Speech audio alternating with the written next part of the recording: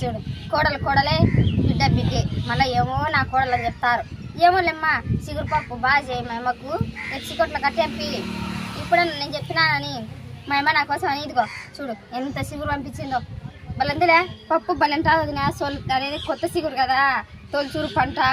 ఇప్పుడైతే గాన వానలు లేకపాయ లేకుంటే ఇంకా బలెండు చిగురు అయితే గాన నేనైతే ఏదైతే కొనాలంటే ఇది ఒక్కటేబ్బా చెప్పేసి ఏం తినేందుకు లేదు ఏం కొనేందుకు లేదు.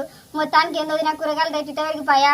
ఇవి చూసి ఒక్కొక్కటి 10 రూపాయలు ఉంటుంది. మన చెట్టుకు చూసినప్పుడైతే కొల్లలుగా అగ్గుగా వాదింగిన అంటే అమ్మడం కాదు ఇచ్చి వాదింగిన. ఇవి చూసే కన్నా ఎర్రగా ఉంటాయి కానీ టమాటా పళ్ళు కేజీ 50 వదిలేవు ఏది కొనలేము. అదే కొంచెం నడునొప్పి వచ్చిందని మా వదిలేతో బాధపడితే మా వదిన ఏం చెప్పిందంటే రోజు ఒక ఉంటా నువ్వు పిండి తినమ్మా అది మిక్సీ పట్టాకు దంచు అని చెప్పింది.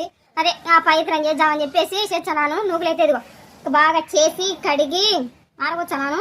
రాత్రి అంతా నానబోసినాను.